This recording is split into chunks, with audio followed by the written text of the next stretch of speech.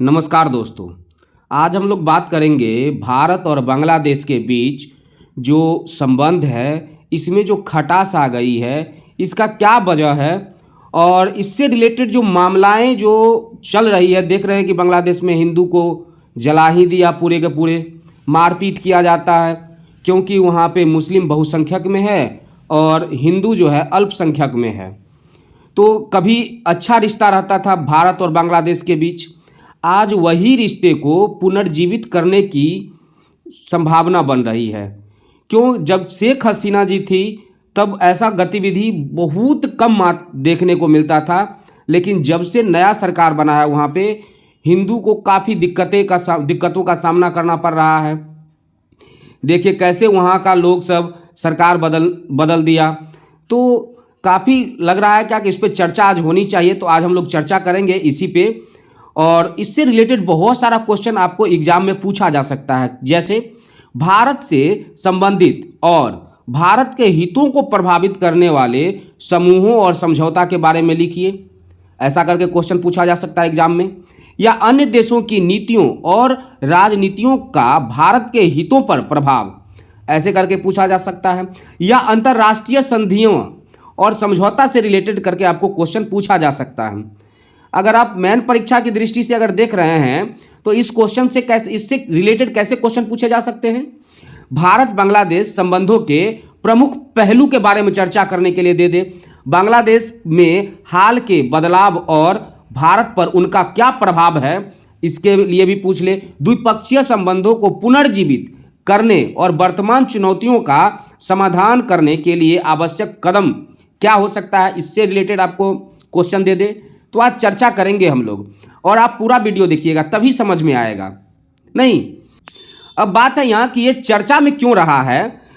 तो संसद की विदेश मामलों की जो अस्थाई समिति की भारत बांग्लादेश संबंधों का भविष्य शीर्षक वाली एक रिपोर्ट में इस बात पर प्रकाश डाला गया कि बांग्लादेश में हो रहे घटनाक्रम 1971 के मुक्त युद्ध के बाद भारत के लिए सबसे महत्वपूर्ण रणनीति चुनौती पेश करते हैं।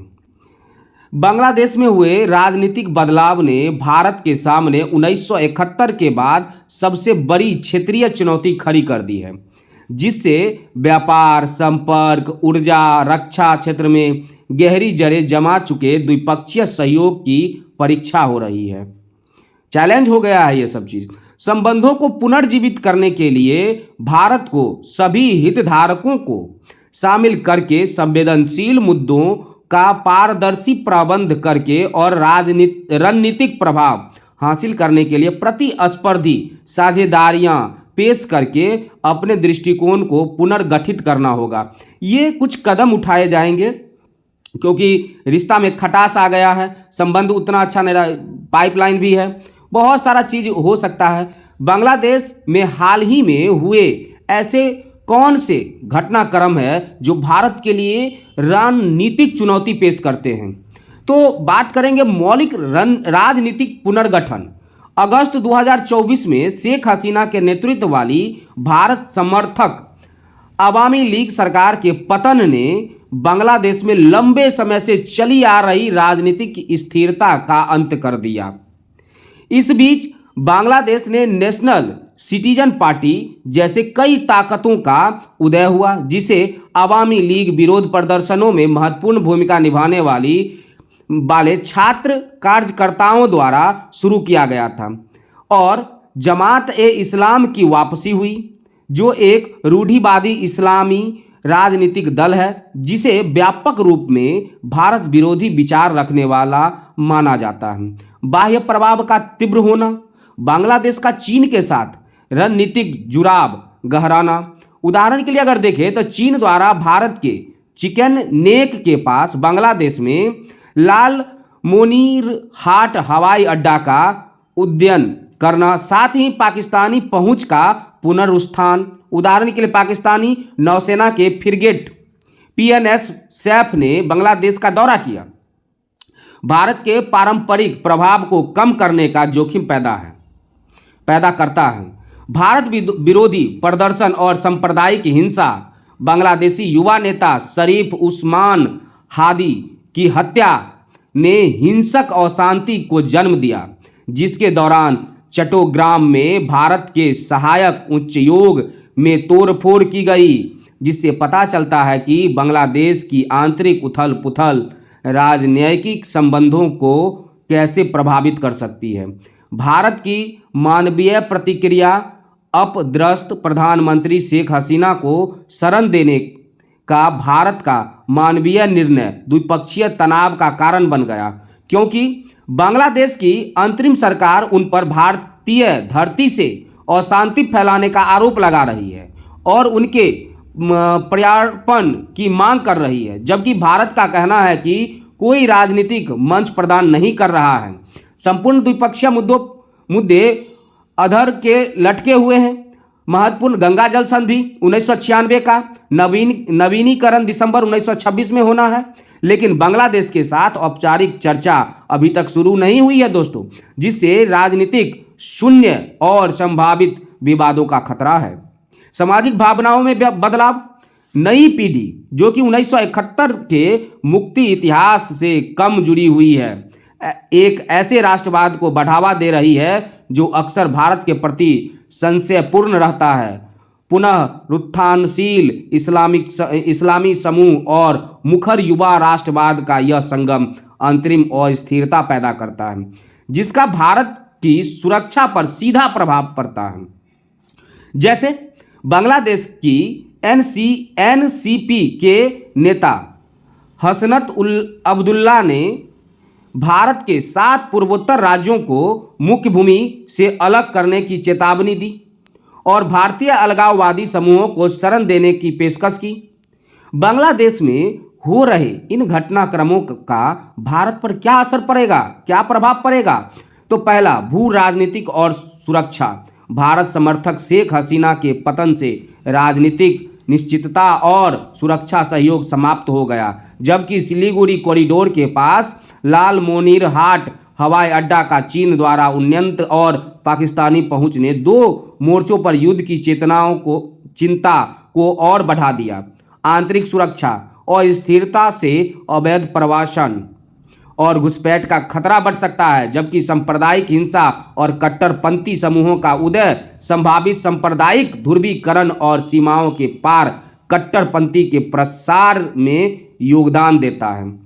अगर बात करें कूटनीतिक दृष्टि से, तो शेख हसीना को शरण देने से प्रत्यार्पण की दुविधा और हस्तक्षेप के आरोप पैदा होते हैं, क्योंकि भारत विरोध प्रदर्शन सद्भावना को कम करते हैं और गंगा जल संधि जैसे महत्वपूर्ण वार्ता को जटिल बनाता है। अगर आर्थिक दृष्टि देखें, राजनीतिक अस्थिरता और भारत विरोधी भावनाएं कनेक्टिविटी परियोजनाओं के लिए खतरा पैदा करती है, जिससे भारत की पड़ोसी पहले और ईस्ट नीतियों को नुकसान पहुंचता है। भारत धारणा की लड़ाई हार रहा है, जिससे व्यापक रूप से एक साम्राज्यवादी शक्ति के रूप में देखा जाता है, जिससे एक सत्तावादी शासक का समर्थन किया है। बांग्लादेश का थोड़ा सा परिचय लीजिए। बांग्लादेश दक्षिण एशिया में स्थित एक देश है, जिसकी पश्चिम उत्तर और उत्तर पूर्व में भारत के साथ विस्तृत सीमाएं लगती है। दक्षिण पूर्व में म्यांमार के साथ सीमा लगती है और तटरेखा बंगाल की खाड़ी के साथ लगती है। नदी प्रणालियों की बात करें तो देश मुख्य रूप से पद्म, गंगा नदी, जमुना, ब्रह्मपुत्रा और मेघना नदी द्वारा निर्मित एक विशाल निचले स्तर का डेल्टा है। पद्मा, जमुना, मेघना नदी और उनकी सहायक नदियों के उपजाऊ बाढ़ के मैदान देश की लगभग 80% भूमि को कवर करती है। जैव विविधता की बात भी कर ले, सुंदरबन दुनिया का सबसे बड़ा ज्वारीय मैंग्रोव वन, एक महत्वपूर्ण पारिस्थितिकी तंत्र है और लुप्तप्राय बंगाल टाइगर का घर भी है। सेंट मार्टिन द्वीप देश का एकमात्र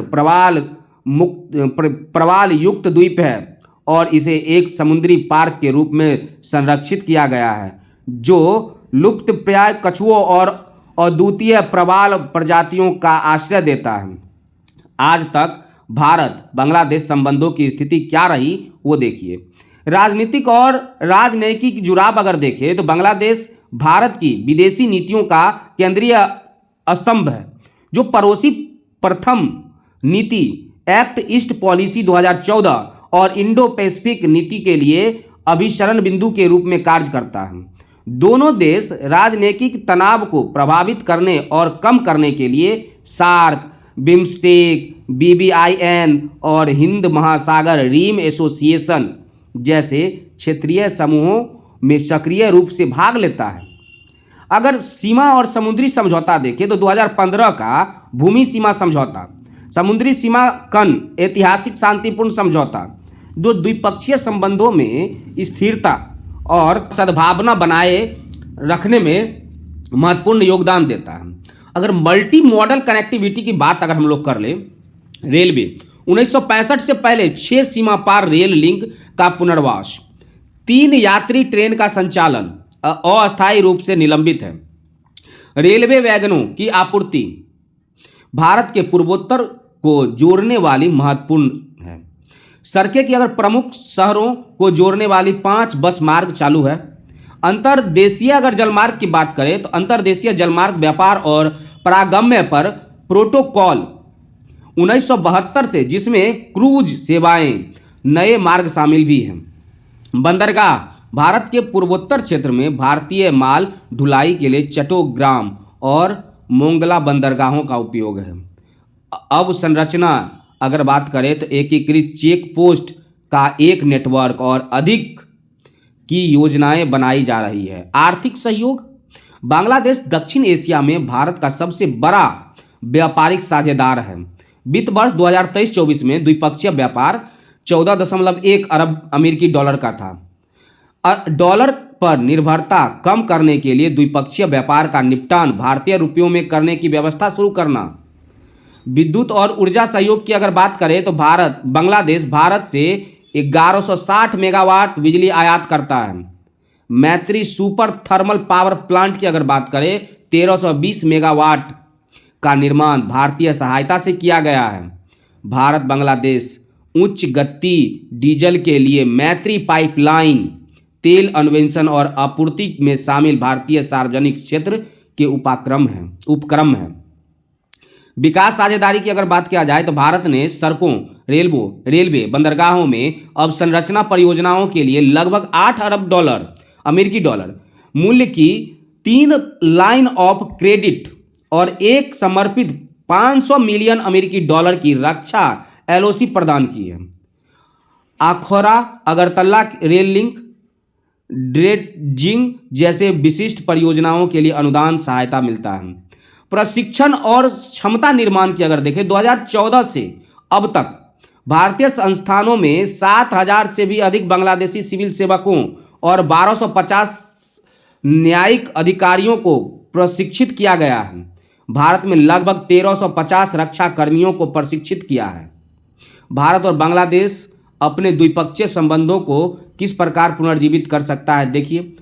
संस्थागत संकट प्रबंधन, भारत बांग्लादेश राजनीतिक संकट के निपटाने के लिए एक औपचारिक तंत्र स्थापित करे जिससे एक वरिष्ठ दूत और विदेश मंत्रालय का एक समर्पित चैनल शामिल हो ताकि त्वरित परिणाम प्रबंध सुनिश्चित हो सके, तनाव बढ़ने से रोका जा सके और राजनैतिक संपत्तियों की सुरक्षा की जा सके। इसके अतिरिक्त दोनों देशों में सुरक्षित वीजा संचालन और नागरिकों की सुरक्षित आवाजाही सुनिश्चित करने के लिए एक उच्च स्तरीय काउंसलर समन्वय प्रकोष्ठ का गठन करें। सरकार से परे संवाद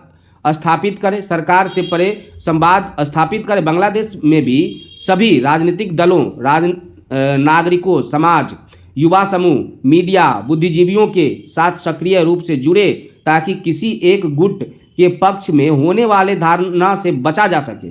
संकट की अवधारणाओं को दूर करने के लिए, गलत सूचनाओं का मुकाबला करने और सौहार्दपूर्ण संबंध स्थापित करने के लिए ट्रैक 1.5 ट्रैक 2 संवादों को तीव्र करें।